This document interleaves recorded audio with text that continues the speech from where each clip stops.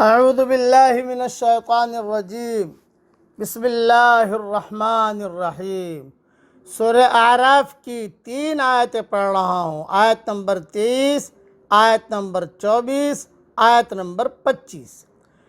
قال ربنا ظلمنا انفسنا وَإِن لَّمْ تَغْفِرْ لَنَا وَتَرْحَمْنَا لَنَكُونَنَّ مِنَ الْخَاسِرِينَ۔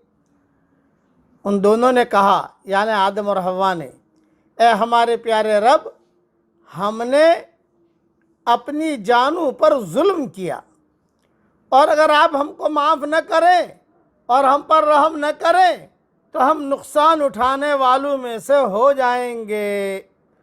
قال اهبطوا بعضكم لبعض عدو، اللہ نے کہا اترو، تم ایک دوسرے کے دشمن ہوں گے۔ وَلَكُمْ فِي الْأَرْضِ مُسْتَقَرٌّ وَمَتَاعٌ إِلَىٰ حِينٍ، اور تمہارے لیے زمین میں ایک خاص مدت تک ٹھہرنا اور نفع اٹھانا ہے۔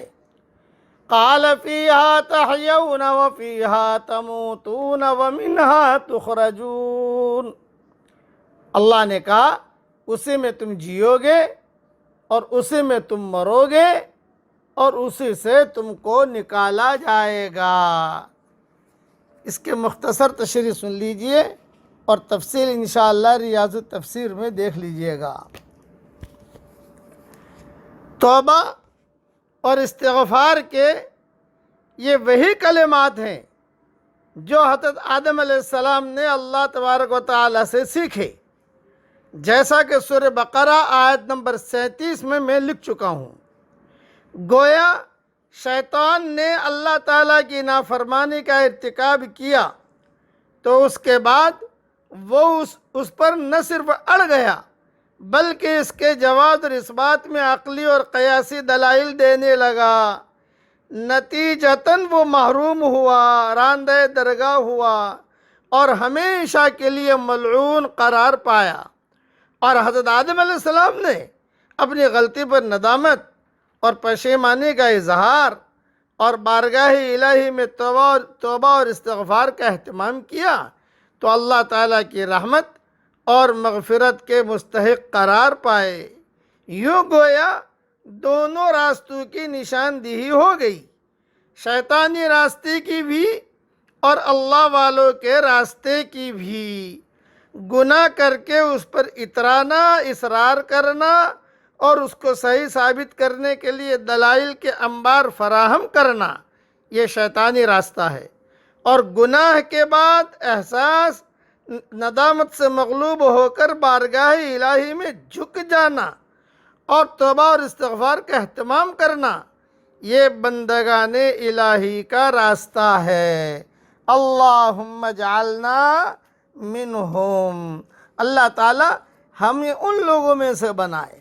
اس لیے ہمیشہ یاد رکھنا، آدم اور شیطان دونوں ایک دوسرے کے دشمن کی حیثیت سے زمین پر بھیجے گئے ہیں۔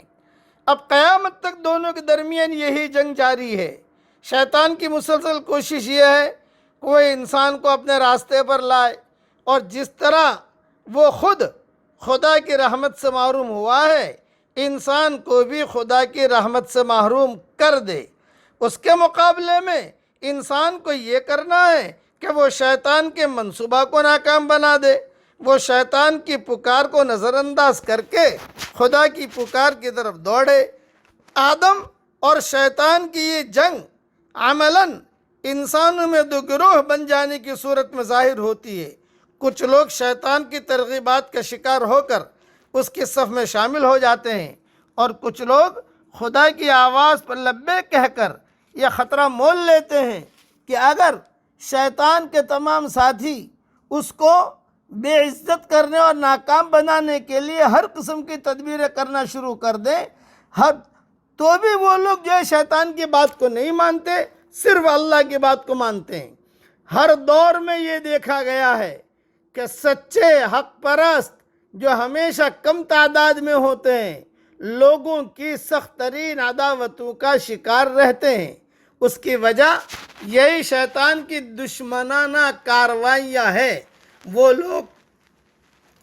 لوگوں کو سچے حق پرست آدمی کے خلاف بھڑکاتا ہے، وہ مختلف طریقے سے لوگوں کے دل میں اس کے خلاف نفرت کی آگ بھرتا ہے۔ چنانچہ وہ شیطان کا اعلی کار بن کر ایسے آدمی کو ستانا شروع کر دیتے ہیں۔ شیطان کا اصل جرم عدم اعتراف تھا۔ شیطان کی یہ کوشش ہوتی ہے کہ ہر آدمی کے اندر یہی عدم اعتراف کا مزاج پیدا کر دے۔ وہ چھوٹے کو بھڑکاتا ہے کہ وہ اپنے بڑے کا لحاظ نہ کرے۔ معاملات کے دوران جب ایک شخص کے ذمے دوسرے کا کوئی حق آتا ہے تو وہ اس کو سکھاتا ہے کہ وہ حقدار کو حق ادا نہ کرے۔ کوئی خدا کا بندہ سچائی کا پیغام لے کر اٹھتا ہے تو لوگوں کے دل میں طرح طرح کی شبہات ڈال کر انہیں آمادہ کرتا ہے کہ وہ اس کی بات نہ مانیں۔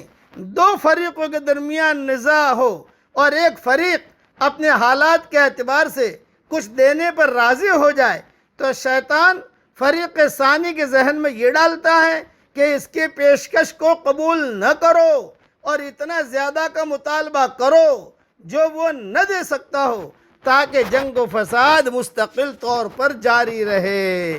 اس طرح شیطان کے بہکاؤں سے ہر جگہ لوگوں کے درمیان دشمنیاں جاری رہتی ہیں۔ انسانوں میں دو گروہ بن جاتے ہیں اور ان میں ایسا ٹکراؤ شروع ہوتا ہے جو کبھی بھی ختم نہیں ہوتا۔ اللہ تعالی ہم سب کی حفاظت فرمائے، آمین۔ وآخر دعوانا ان الحمدللہ رب العالمین۔